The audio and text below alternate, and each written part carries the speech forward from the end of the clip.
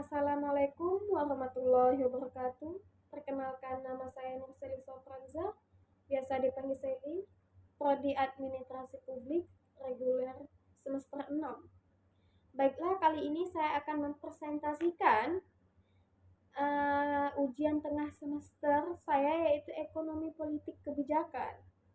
Materi kali ini yaitu ukuran pembangunan dari beberapa indikator. Indikator yang pertama yaitu ada kekayaan rata-rata, terus ada pemerataan, terus ada kualitas kehidupan, ada kerusakan lingkungan, dan ada keadilan sosial.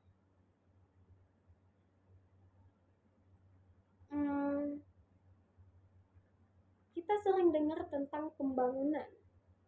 Di setiap negara yang sedang menjalani proses pembangunan, pada tiap masanya secara umum memiliki paradigma atau cara pandang orang terhadap diri dan lingkungannya yang akan mempengaruhi dalam berpikir, bersikap, dan bertingkah laku.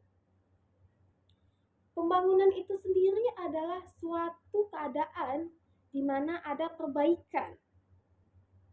Tapi pengertian pembangunan mungkin menjadi topik yang paling menarik untuk diperdebatkan nih. Mungkin saja tidak ada satu disiplin ilmu yang paling tepat mengartikan kata pembangunan tersebut.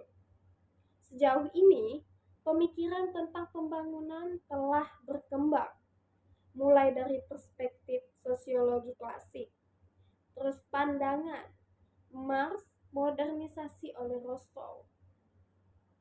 Ada juga berpendapat bahwa pembangunan itu adalah sebagai upaya terkoordinasi untuk menciptakan alternatif yang lebih banyak secara sah kepada setiap warga negara yang memenuhi dan mencapai aspirasinya yang paling manusiawi. Pembangunan yang sering dirumuskan melalui kebijakan ekonomi dalam banyak hal membuktikan keberhasilan. Contohnya dapat dilukiskan di negara Singapura, Hong Kong, Australia, dan negara-negara maju lainnya. Kalau kita bahas tentang pembangunan ekonomi itu adalah ukuran untuk menilai kesejahteraan manusia dalam sebuah masyarakat, dalam suatu masyarakat. Gitu.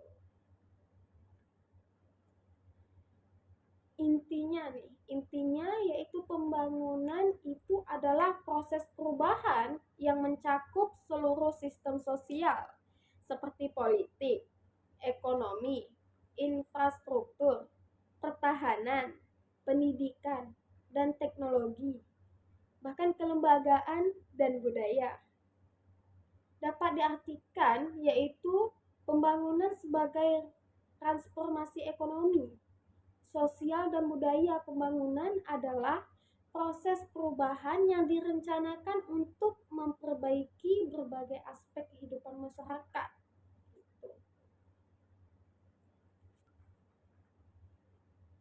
Masuk ke indikator nih. Indikator yang pertama yaitu kekayaan rata-rata. Pembangunan pada awalnya dipandang dalam arti pertumbuhan ekonomi. Sebuah masyarakat dinilai berhasil melaksanakan pembangunan jika pertumbuhan ekonomi masyarakat tersebut cukup tinggi. Dengan demikian, yang diukur adalah produktivitas masyarakat atau produktivitas negara tersebut setiap tahunnya lewat perhitungan pendapatan rata-rata. Terus yang kedua ada pemerataan. Segera menjadi jelas bahwa keseluruhan yang dimiliki atau yang diproduksikan oleh sebuah bangsa tidak berarti bahwa kekayaan itu merata dimiliki oleh semua penduduknya. Bisa terjadi sebagian kecil orang di dalam negara tersebut memiliki kekayaan yang berlimpah, sedangkan sebagian besar masyarakat hidup dalam kemiskinan. Hal ini bisa menimbulkan ironi. Orang-orang kaya ini ibarat sebuah pulau kecil yang dikelilingi oleh samudera orang miskin yang sangat luas. Kemiskinan yang ada di masyarakat tertutup oleh adanya kekayaan yang luar biasa tersebut. Terus ada kualitas kehidupan yang ketiga.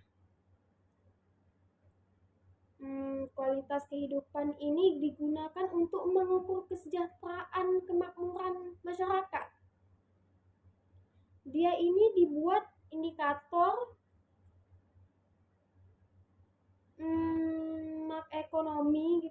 ekonomi dapat memberikan gambaran tentang kesejahteraan masyarakat dalam mengukur keberhasilan ekonomi. Misalnya, pendapatan nasional sebuah bangsa dapat tumbuh terus, tetapi tanpa diikuti oleh peningkatan kesejahteraan sosial. Dia ini juga dihitung berdasarkan kepada yang pertama yaitu angka rata-rata harapan hidup umur 1 tahun. Terus yang kedua angka kematian bayi. Terus angka melek hidup. Dalam indeks ini, angka rata-rata harapan hidup dalam kematian bayi akan dapat menggambarkan status gizi anak dan ibu, derajat kesehatan, dan lingkungan keluarga yang langsung berasosiasi dengan kesejahteraan keluarga. Terus selanjutnya itu ada kerusakan lingkungan. Nah, di sini sebuah negara yang tinggi produktivitasnya dan merata pendapatan penduduknya bisa saja berada dalam sebuah proses untuk menjadi semakin miskin. Hal ini misalnya karena pembangunan yang menghasilkan produktivitas yang tinggi itu tidak memperdulikan dampak terhadap lingkungannya gitu. Lingkungannya semakin rusak, sumber-sumber alamnya semakin terkuras. Sementara kecepatan bagi alam untuk melakukan rehabilitasi lebih lambat daripada kecepatan perusakan sumber alam tersebut. Mungkin juga pabrik-pabrik yang didirikan menghasilkan limbah kimia yang merusak alam di sekitarnya, sehingga mengganggu kesehatan penduduk maupun segala makhluk hidup di sekitarnya. Padahal nih, sumber-sumber alam dalam sumber-sumber alam dan manusia itu adalah faktor utama yang menghasilkan pertumbuhan yang tinggi. Gitu. Oleh karena itu, seringkali terjadi bahwa pembangunan yang dianggap berhasil ternyata tidak memiliki daya kelestarian yang memadai. Akibatnya pembangunan ini tidak bisa berkelanjutan. Gitu. Terus yang selanjutnya yaitu ada keadaan sosial. Keadaan sosial.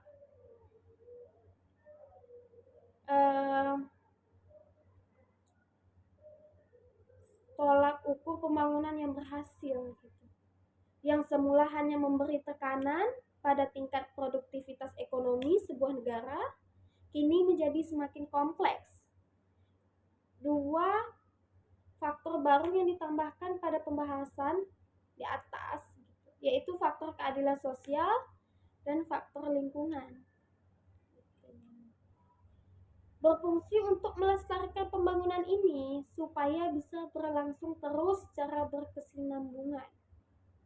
Sebenarnya, faktor keadilan sosial dan faktor lingkungan saling berkaitan erat. Yang pertama, keadilan sosial bukanlah faktor yang dimasukkan atas dasar pertimbangan moral, yaitu demi keadilan saja, tetapi faktor ini berkaitan dengan kelestarian pembangunan juga. Bila terjadi kesenjangan yang terlalu mencolok antara orang-orang kaya dan miskin, masyarakat yang bersangkutan menjadi rawan secara politis.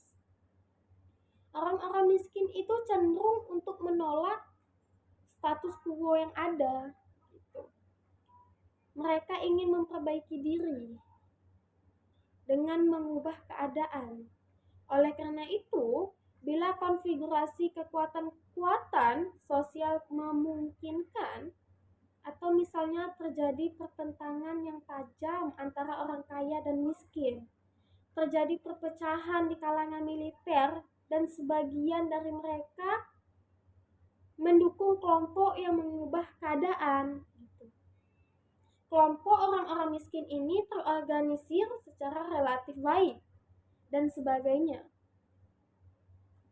Akan terjadi gejolak politik yang bisa menghancurkan hasil pembangunan yang sudah dicapai. Gitu. Baiklah, mungkin hanya itu yang dapat saya sampaikan. Terlebih dan terkurang, saya mohon maaf. Saya Sally, saya akhiri. Wabillahi taufiq wal hidayah. Wassalamualaikum warahmatullahi wabarakatuh. Selamat beraktivitas.